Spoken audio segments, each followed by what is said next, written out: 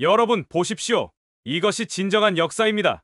왕 부원장은 거대한 스크린에 중국 SNS 웨이보의 게시물들을 띄웠습니다. 한국은 도둑의 나라, 중국 문화를 훔쳐 자기 것이라 주장하는 뻔뻔한 민족이라는 자극적인 문구들이 나타났습니다. 김치도, 한복도, 한글도 모두 우리의 것입니다. 심지어 벼농사 기술, 콩 재배법, 발효 식품의 제조 방법까지 모두 중국에서 시작되어 한반도로 전파되었습니다.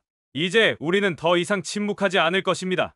이곳은 스위스 제네바 UNFAO 국제회의장. 중국인 대표단 왕 박사가 격앙된 얼굴로 발표를 하고 있습니다. 그러나 회의장 안의 각국 대표단의 표정은 차갑기만 합니다. 이 상황은 대체 어떤 상황인 걸까요? 지금부터 현장의 이야기를 들어보도록 하겠습니다. 이야기를 시작하기 전에 구독과 좋아요 이미 눌러주셨죠? 감사합니다. 그럼 이야기를 시작하겠습니다. 저는 미국 농무부 산하농업연구소의 수석 연구원이자 국제작물유전자원 분과 대표 마이클 도세입니다. 제 할아버지는 1929년 미국 농무성이 파견한 동양 식물탐원 원정대의 대장이었던 도세 모스입니다. 그래서인지 동아시아의 농경 문명과 식물유전자원에 관한 연구는 제 평생의 과제이자 사명이 되었습니다. 2024년 1월 10일 스위스 제네바의 유오 국제회의장. 이날의 주제는 동아시아 농경 문명의 기원과 전파였습니다. 평소와 다름없는 학술 세미나가 될 것이라 생각했습니다. 그러나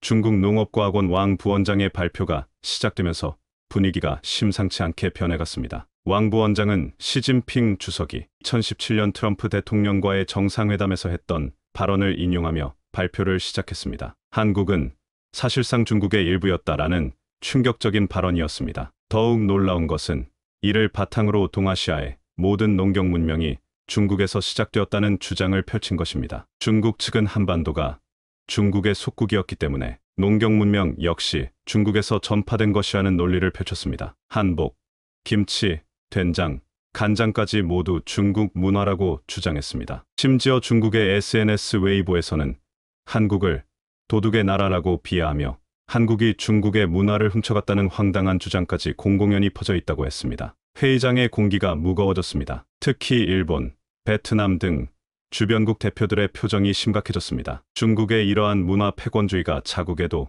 미칠 수 있다는 우려 때문이었을 것입니다. 그때였습니다. 한국농촌진흥청의 김 박사가 차분히 자리에서 일어났습니다. 그의 손에는 제 할아버지가 작성한 1929년 동양 식물탐원 원정대의 보고서가 들려 있었습니다. 95년 전 제 할아버지가 기록한 과학적 증거들이 이 자리에서 역사적 진실을 밝히는 열쇠가 될 줄은 상상도 못했습니다. 특히 인상적이었던 것은 김 박사가 제시한 첫 번째 증거였습니다. 충북 청주 소로리에서 발견된 벽시 화석은 기원전 13,000년의 것으로 지금까지 알려진 가장 오래된 재배 벼 화석이었습니다. 이는 중국의 주장보다 약 4,000년이나 앞선 것이었습니다. 중국 측의 왕 부원장은 안색이 창백해졌습니다. 그러나 이것은 시작에 불과했습니다. 김 박사는 이어서 제 할아버지의 연구 결과를 제시하며 동아시아에서 발견된 야생콩의 파시가 한반도에서 발견되었다는 충격적인 사실을 공개했습니다. 95년 전 제 할아버지는 일본, 중국, 한국을 거치며 2년간 총 4,451점의 야생콩을 수집했습니다. 그중 3,379점이 한반도에서 발견되었고 일본과 만주에서는 각각 579점과 513점만이 채집되었다는 사실이 밝혀진 것입니다. 이제 세미나는 전혀 다른 방향으로 흘러가기 시작했습니다. 과학적 증거 앞에서 중국의 문화 패권주의적 주장은 설 자리를 잃어가고 있었습니다. 그리고 저는 이 역사적인 순간을 지켜보며 할아버지의 연구가 95년이 지난 지금 마침내 그 진정한 가치를 발휘하게 되었다는 사실에 깊은 감동을 느꼈습니다. 중국 농업과학원 왕 부원장의 발표는 계속되었습니다. 그의 주장은 점점 더 도를 넘어서고 있었습니다. PPT 화면에는 중화문명권의 농경문화 전파라는 제목 아래 중국을 중심으로 한 동심원이 그려져 있었고 한반도는 그저 변방 문화의 수용자로 표현되어 있었습니다. 특히 충격적이었던 것은 중국 측이 제시한 소위 역사적 증거들이었습니다. 그들은 한반도가 중국의 속국이었다는 것을 입증하기 위해 고대 문헌들을 자의적으로 해석하여 제시했습니다. 심지어 미국 월스트리트 저널이 보도한 2017년 시진핑 주석의 발언까지 인용하며 한국이 중국의 일부였다는 주장을 공식 석상에서 되풀이했습니다. 이런 중국의 주장에 대해 미국의 경제매체 쿼츠는 이미 명백히 부정확하며 공산당 주도의 국가주의적 역사 프로젝트에서 나온 왜곡된 주장이라고 비판한 바 있습니다. 그럼에도 불구하고 중국은 국제학술회의장에서 이런 왜곡된 주장을 펼치고 있었습니다. 더욱 놀라운 것은 중국의 문화공정 시도였습니다. 왕 부원장은 한국의 전통 문화유산들이 사실은 모두 중국에서 전파된 것이라고 주장했습니다. 김치, 한복, 한글, 심지어는 세종대왕까지 중국 문화의 영향을 받은 것이라고 억지 주장을 이어갔습니다. 특히 농경문화와 관련해서는 더욱 터무니없는 주장을 펼쳤습니다. 벼농사 기술, 콩 재배법, 발효식품의 제조 방법까지 모두 중국에서 시작되어 한반도로 전파되었다고 강조했습니다. 중국 SNS 웨이보에서 한국을 도둑의 나라라고 비하하는 것도 이러한 맥락에서 비롯된 것이었습니다. 회의장의 각국 대표들은 불편한 기색이 역력했습니다. 특히 일본, 베트남, 태국 등 동아시아 국가들의 대표들은 자국의 문화유산도 언제든 중국의 문화공정 대상이 될 수 있다는 우려를 감추지 못했습니다. 이런 상황에서 한국농촌진흥청의 김 박사는 놀라운 침착성을 보여주었습니다. 그는 중국 측의 주장이 끝날 때까지 차분히 기다렸다가 과학적 증거들을 하나씩 제시하기 시작했습니다. 먼저 그는 중국의 문화 공정이 얼마나 체계적으로 이루어지고 있는지를 보여주었습니다. 13억 인구를 가진 중국이 국가 차원에서 주변국의 문화를 자국의 것으로 편입시키려 한다는 것입니다. 이는 단순한 문화 갈등을 넘어 역사 왜곡과 문화 패권주의의 문제라는 점을 강조했습니다. 그러나 김 박사는 이어서 하지만 중국이 절대로 자신들의 것이라고 주장할 수 없는 것이 있습니다라는 말로 청중들의 이목을 집중시켰습니다. 바로 과학적으로 명백히 증명된 농경문화의 기원에 관한 이야기였습니다. 저는 이 순간 회의장의 공기가 변하는 것을 느낄 수 있었습니다. 과학자로서 저는 감정이나 정치적 논리가 아닌 객관적 증거에 기반한 토론이 시작되리라는 것을 직감했습니다. 그리고 그것은 제 할아버지의 연구 결과와도 직접적으로 연관되어 있었습니다. 김 박사가 제시하려는 증거들은 중국의 문화 공정이 얼마나 허황된 것인지를 명백히 보여줄 수 있는 것들이었습니다. 95년 전 제 할아버지가 기록한 연구 결과와 최근의 고고학적 발견들이 만나 역사적 진실을 밝히는 순간이 다가오고 있었습니다. 김 박사가 제시한 첫 번째 증거는 충북 청주 소로리에서 발견된 벽시 화석이었습니다. 발굴 당시 전 세계 고고학계가 주목했던 이 발견은 인류 농경 문명의 역사를 다시 쓰게 만든 획기적인 사건이었습니다. 회의장 스크린에는 소로리 벽시의 전자현미경 사진이 띄워졌습니다. 기원전 13,000년 전의 것으로 확인된 이 벽시는 지금까지 알려진 가장 오래된 재배 벼 화석이었습니다. 이는 중국의 양쯔강 유역에서 발견된 벼 화석보다 약 4,000년이나 앞선 것이었습니다. 김 박사는 이어서 2004년 이전까지 현대 고고학계가 중국을 벼농사의 기원지로 인정했었다는 점을 언급했습니다. 그러나 소로리 벽시의 발견으로 인해 교과서가 수정되었고 벼농사의 기원지가 한반도이며 최초 발견 연대가 기원전 13,000년이라는 새로운 사실이 공식 기록되었다고 설명했습니다. 이 순간 중국 측 왕 부원장의 표정이 굳어졌습니다. 그는 자리에서 일어나 반박하려 했지만 김 박사는 이미 다음 증거를 제시하고 있었습니다. 전자현미경으로 분석한 소로리 벽시의 유전자 구조와 현대벼의 유전자를 비교한 연구 결과였습니다. 이 분석 결과는 소로리 벽시가 단순한 야생벼가 아닌 인류가 의도적으로 재배한 작물이었음을 명확히 보여주었습니다. 이는 한반도에서 이미 13,000년 전에 계획적인 농경이 시작되었다는 것을 의미했습니다. 특히 인상적이었던 것은 이 발견이 인류 문명사에 미친 영향이었습니다. 김 박사는 이렇게 설명했습니다. 세계 2대 주식 중 하나인 쌀의 재배가 한반도에서 시작되었다는 사실은 동아시아 문명의 발달 과정을 새롭게 해석해야 함을 의미합니다. 이어서 그는 고대 한반도의 농경 문화가 어떻게 주변국으로 전파되었는지를 보여주는 고고학적 증거들을 차례로 제시했습니다. 한반도에서 시작된 벼농사 기술이 점차 남쪽으로 전파되어 중국 양쯔강 유역에 도달했고 이후 동남아시아로 확산되었다는 것입니다. 회의장의 분위기는 완전히 바뀌어 있었습니다. 각국의 대표들은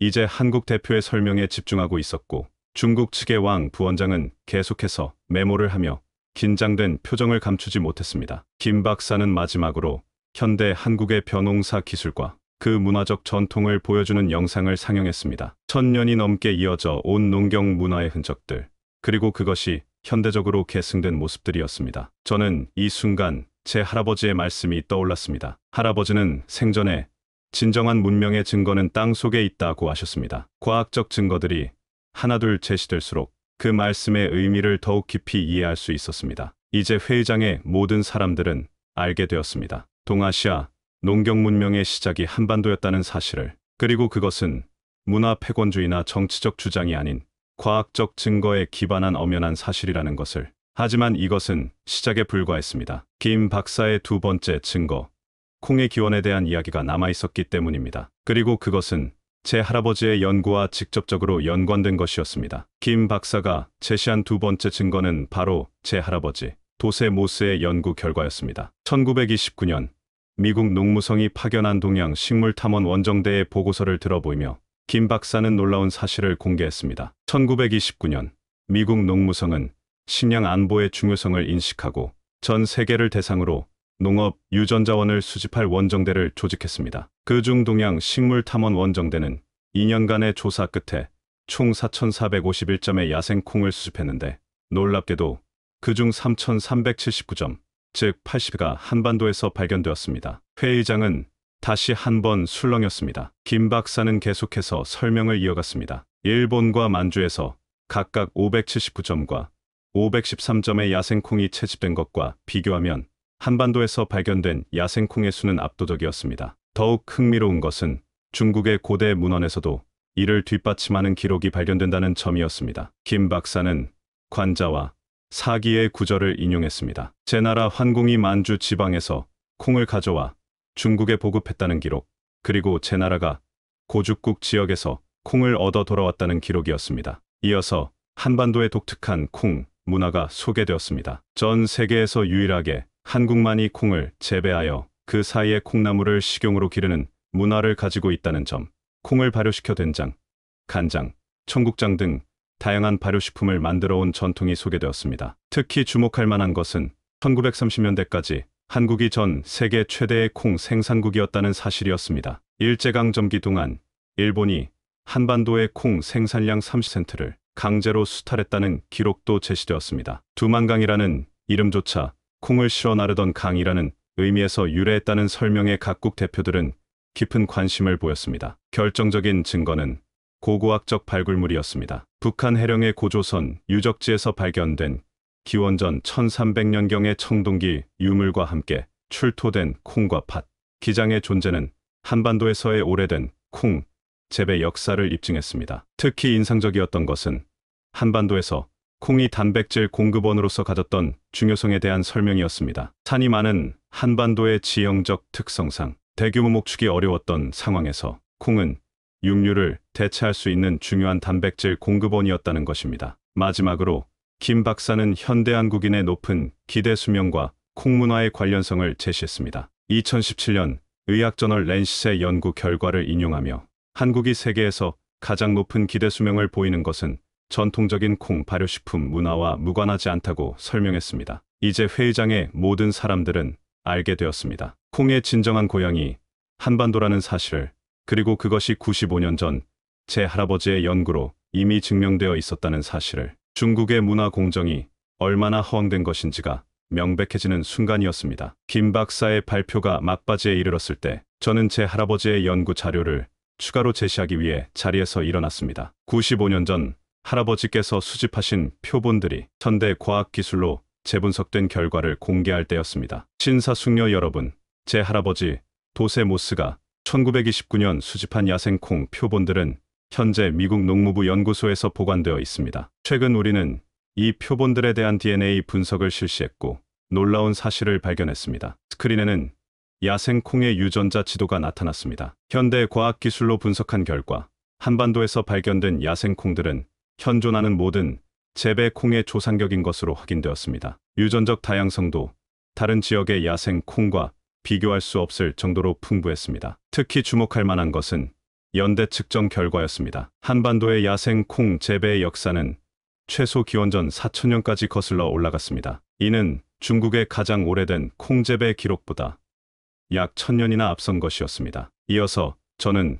국제작물연구소의 최신 연구 결과를 제시했습니다. 전 세계의 재배 콩 품종들을 유전자 분석한 결과 모든 품종이 한반도의 야생 콩으로부터 파생되었다는 증거가 발견된 것입니다. 더욱 흥미로운 것은 콩의 재배 기술입니다. 한반도에서만 발견되는 독특한 콩나물 재배 문화는 다른 어느 곳에서도 찾아볼 수 없는 것입니다. 이는 오랜 시간 콩을 재배해온 문명만이 발전시킬 수 있는 고도의 농경 기술입니다. 회의장의 각국 대표들은 이제 완전히 이해한 듯했습니다. 중국 측의 왕 부원장조차 더 이상의 반박을 하지 못했습니다. 과학적 증거들은 너무나 명확했기 때문입니다. 특히 인상적이었던 것은 한반도의 콩 발효 문화에 대한 과학적 분석이었습니다. 된장, 간장, 청국장 등의 발효식품에서 발견되는 미생물의 다양성은 세계 최고 수준이었습니다. 이는 수천 년에 걸친 발효 문화의 발전 없이는 불가능한 것이었습니다. 더불어 현대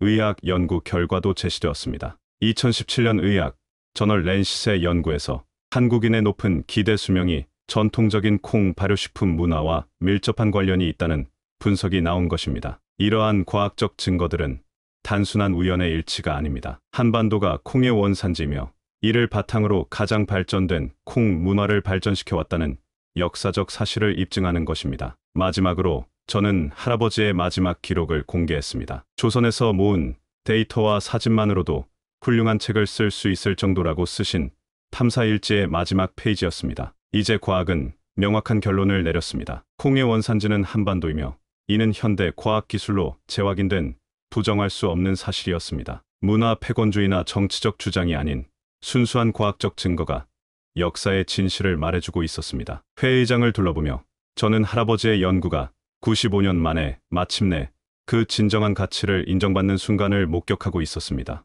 이것은 단순한 학술적 발견을 넘어 동아시아 문명사의 새로운 장을 여는 역사적인 순간이었습니다. 2024년 1월 10일의 UN FAO 세미나는 동아시아 농경 문명의 역사를 새롭게 쓰는 전환점이 되었습니다. 세미나가 끝난 후 각국 대표들은 한국 대표단을 둘러싸고 추가적인 자료들을 요청했습니다. 특히 일본과 베트남 대표들은 자국의 콩 문화가 한반도에서 전파되었다는 새로운 연구의 필요성을 제기했습니다. 중국 측 왕 부원장은 조용히 자리를 떴습니다. 그의 뒷모습에서 문화 패권주의의 허상이 무너지는 모습을 보는 듯했습니다. 과학적 증거 앞에서는 어떠한 정치적 주장도 왜곡된 역사 해석도 설 자리가 없었기 때문입니다. UN, FAO 이날의 세미나 결과를 공식 보고서로 채택했습니다. 보고서의 핵심은 명확했습니다. 한반도는 벼농사의 최초 발상지이며 콩의 원산지라는 것, 그리고 이러한 농경 문명이 동아시아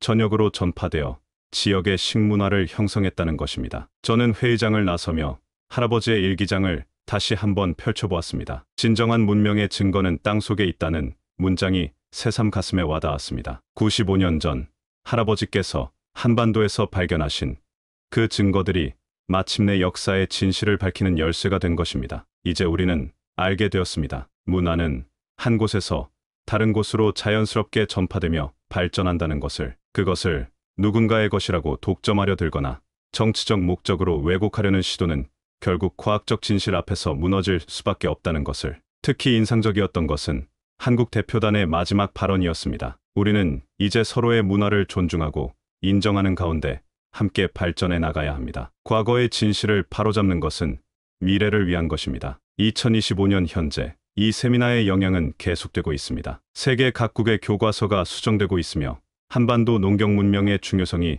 재조명되고 있습니다. 더불어 동아시아의 식물 유전자원에 대한 새로운 연구들이 시작되었습니다. 제 할아버지의 연구는 이제 세계 곳곳의 연구소에서 재조명되고 있습니다. 95년이라는 긴 시간이 흘렀지만 진실은 결국 밝혀지기 마련입니다. 이것이 바로 과학이 우리에게 가르쳐 준 가장 큰 교훈이 아닐까요? 오늘도 전 세계의 식탁에 오르는 콩과 쌀, 그것은 단순한 농작물이 아닌 인류 문명의 발전을 증명하는 살아있는 역사입니다. 그리고 그 역사의 시작점이 한반도였다는 사실은 이제 과학적 진실로 영원히 기록될 것입니다. 오늘 소개해드린 2024년 UN FAO 세미나의 기록은 우리에게 많은 것을 시사합니다. 13억 인구를 앞세워 주변국의 문화를 자신들의 것이라 주장하는 중국의 문화 공정이 얼마나 허황된 것인지, 그리고 진정한 역사적 사실은 결국 과학적 증거를 통해 밝혀진다는 것을 보여준 소중한 기록이었습니다. 특히 이번 사례는 한반도가 동아시아 농경 문명의 중요한 발상지였다는 점을 전 세계에 알리는 계기가 되었습니다. 청주 소로리 벽시부터 한반도 야생콩의 유전자 분석 결과까지